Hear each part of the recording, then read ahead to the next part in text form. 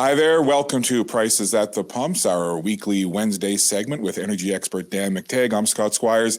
And Dan, a little bit of ground to cover this week, but it's like that every week. But let's start where we always like to, at the beginning. And for us, the beginning is where prices are headed at the pumps for the consumers in this region. What do you got for us? Well, in the market that isn't run by bureaucrats, in other words, not regulated, you're going to see very little in the way of change for gasoline, maybe a half a penny decrease for the Atlantic provinces, which change on Friday. That means, of course, that not much really to write home about on gasoline. Diesel, however, down 5 cents a liter. So if that's the fuel you plan to need for the next several weeks, then that's the one you want to wait until at least Friday. 5 cents when you're buying thousands of liters can add up certainly significantly. Heating oil will go the same way, with propane remaining about where it is. But for now, these are the numbers of the entire North American market. That is to say, all of Canada, with the exception of Atlantic Canada and all of America. So those numbers are pretty spot on. Unfortunately, I can't predict what's in the mind of bureaucrats. Same bureaucrats who decided to jump the gun and give you the summer blends of gasoline 2 weeks before the rest of the country in North America saw it. So you got fleeced, but hey, such is the cost of having regulated gas prices. It doesn't hurt. It doesn't help consumers, but it does hurt them. Dan, something that we talk about almost each week as it gets closer and closer is the federal carbon tax that's coming. What can you give us in terms of updates on what's happening and how it's going to affect consumers? Well, Atlantic Canada didn't see much in the way of any carbon tax increase. We know that in Nova Scotia, you're going to see a big one. You have a cap and trade system, very similar to the one they have in Quebec. Money from that cap and trade goes to building hydro, wind tidal projects. It also is a lot less than what we see in other provinces, but looks like the government of Justin Trudeau has decided that it doesn't like the Nova Scotia cap and trade model. It loves Quebec, so it's not going to do anything for Quebec as far as increasing carbon taxes as they have done for the rest of the country. And so on July 1st, Nova Scotia and Atlantic provinces are going to see a pretty big, hefty 4.2 cent a liter increase.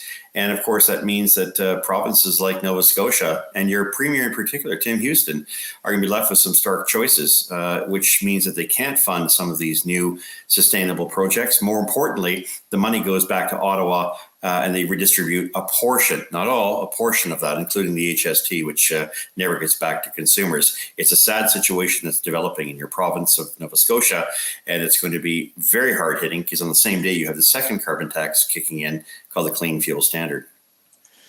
Interesting you mentioned Premier Tim Houston from Nova Scotia. He put out a video on his social media talking about tidal power and a company called Sustainable Marine basically pulling out of Nova Scotia, and he, for lack of a better term, took the federal government to task over this carbon tax. What did you make of that video and what was your reaction to it? I think it speaks to the frustration of premiers in general. But here you have a province that has decided that its own path towards carbon neutrality or getting its carbon emissions down is also one that invites new technologies to achieve that goal. In one fell swoop, Ottawa said, no, we don't like your system. By the way, we haven't got the guts to take on Quebec because that's where a lot of our seats are. I think the premier is within his rights and certainly should be upset. But more importantly, Nova Scotians, what's the matter? I mean, seriously, you're getting fleeced by a federal government saying your system is not as good as Quebec's, therefore you don't get a pass, you get a carbon tax, and to heck with all these projects that you have out there that would achieve the same goal of ensuring that we have cleaner energy or energy that doesn't require fossil fuels. However you look at it, Atlantic Canada continues to be sort of the last consideration of the federal Liberals. I know that because the first stage of the Clean Fuel Standard, the first time it was proposed, didn't care that Maritimers were going to be hit with substantial increases in diesel fuel, home heating fuel. It took the four provinces to come together based on my work to write a letter to the Premier, to the Prime Minister, and to the Minister of Energy at the time. I think it was Seamus O'Regan saying, this is not correct, this is not sustainable. Then and only then did the Prime Minister back off and create a second round of carbon taxes that don't apply to heating fuels. Nevertheless, at the end of the day, I think the Premier is demonstrating the frustration that many premiers are feeling. The Prime Minister is using his club of the Supreme Court decision to do anything that he wants in the process. damaging perfectly good projects and telling investors, go somewhere else. And I think under the circumstance, no one wins in that scenario except the true green grifters out there who really are prepared to do and support anything Trudeau does, no matter what, no matter how foolish, no matter how counterproductive. And then another story that caught a lot of people's attention and certainly caught my eye was a story on SaltWire. You can find it at saltwire.com from our multimedia journalist, Glenn Whiffen. And the headline goes, oil and gas activity pumping ahead in offshore Newfoundland and Labrador amid talks of reducing carbon footprint. What's your take on that? And what do you think that says to Newfoundland and Labradorians, but also to consumers?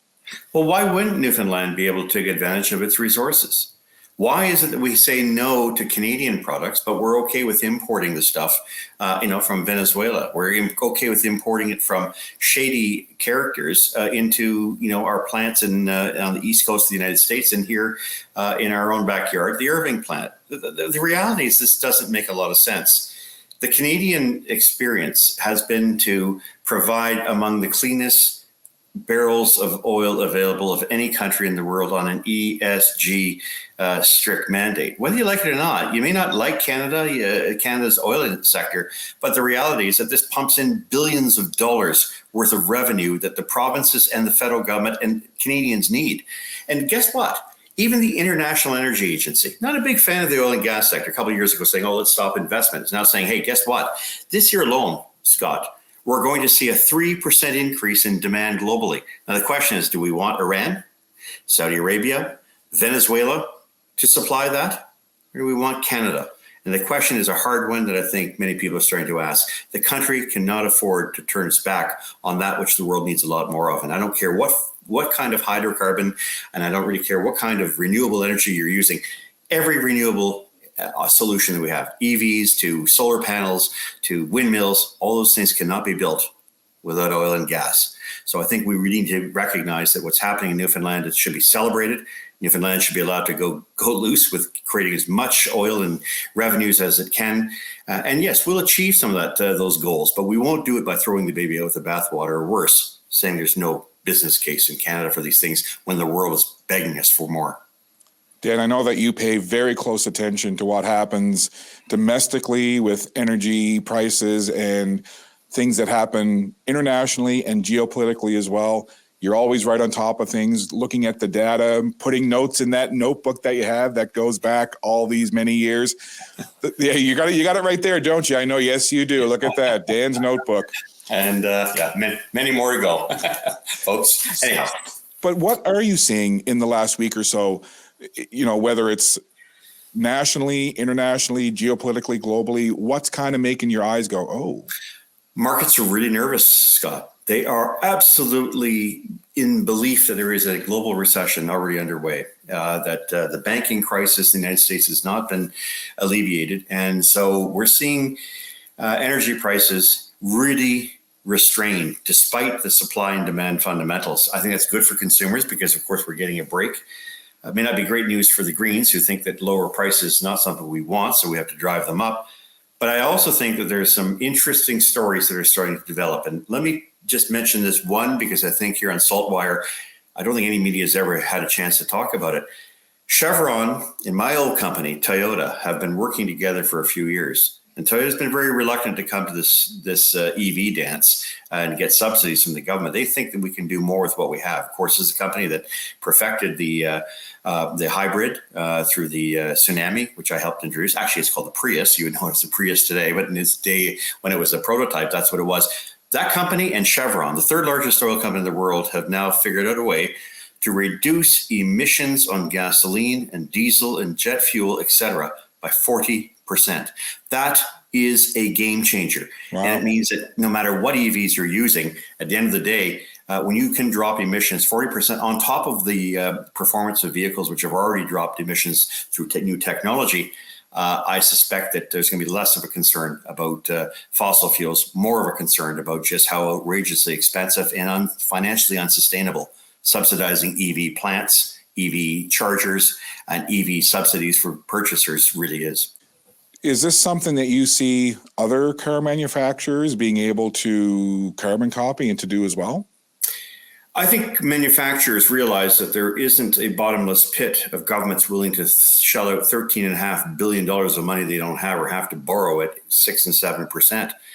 Look, we may have those who are going to cheer what happened not far from where I live here in St. Thomas, Ontario, but $13.5 billion without disclosing, by the way, until it's all spent, how the money is actually spent, and a massive drain on energy.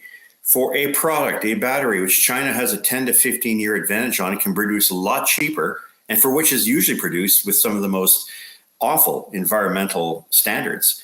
I think we're looking at a scenario here where the federal government may have just committed a lot of money that we don't have that could go to hospitals, that could go to other projects and programs like the one that the Premier Houston has been entertaining for years on, tidal energy. That's where I think the money ought to have gone, not for, companies that have a spotty reputation on things like Dieselgate, and you reward them because no other country would be stupid enough to say, we'll give you $13 billion if you invest $7 billion. That's insanity. And I don't care what school of economics you go to. Simple math is, I don't walk up to people and say, here, have a $20 bill if you give me back a 10. But that's exactly what your federal government has done on technology that is going to be proven to be irrelevant, redundant, and ultimately too high a cost for most Canadians to pay. The 13 plus billion in the company you're referring to is, of course, the recent announcement about Volkswagen opening up that plant. You say not far from where you live, Dan. That's right. At St. Thomas, Ontario, about an hour's house drives from here. Look, I don't think everybody wants to do what's right, but there's a reason why Europe said no to this. There's a reason why the United States said no to this. And by the way, it's a company that owes Canadians about $200 million given the criminal charges on Dieselgate. That's not to disparage the company. It is quite to the contrary to say that Canada shouldn't be seen as the international Boy Scout or Girl Guide when it comes to saying, hey, you've got lots of money if you come over here and build a battery plant. As I said earlier, we're going to see, and Tesla's a good example, the new it's been around for a while. China's now going to start to sell Teslas in Canada at a much cheaper price. And the price point means that if you can do these things, that's great. And if they are efficient, that's great. But spending a lot of public money to do what the private sector is prepared to do, I think is wasteful. Let me put it another way. We bought the Trans Mountain Pipeline expansion for $4.5 billion because the federal government knew it was going to get sued for not living up to its commitment when it allowed the company and permitted the company that went through all the hoops to get that much necessary expansion done. That's not costing you and I $30 billion.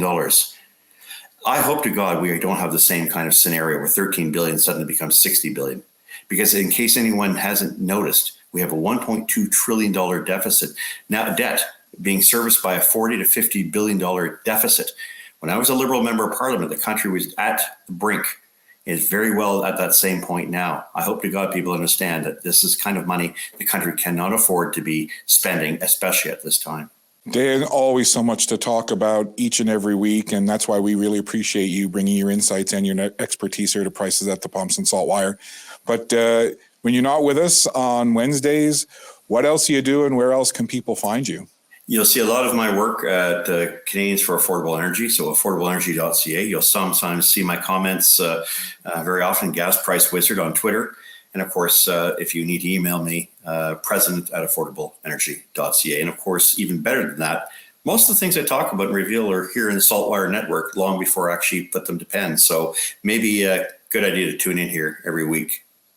Absolutely. I'm going to agree with that 100%, Dan. And before I let you go, I think it's only right. I've been doing it the last couple of weeks now. For those that may not be aware, Dan's been in the process of moving lots of boxes and upheaval. How goes the whole McTeague move? The move is still in progress, as you can see. So just looking around here, we're still living out of boxes. It may be several months. A lot of these are documents that I've been using over the years, and I now have to figure out where to put them. But ultimately, patience is a virtue. And with all this new information coming in, it kind of makes the old stuff redundant. But there's no wisdom like old wisdom. Dan, thank you so much for your time. Enjoy the rest of your day. Have a wonderful weekend. And we'll get back together next Wednesday and do this all again. We'll stay pumped. Indeed, we will. Well said. Thanks, Dan. Thanks, God.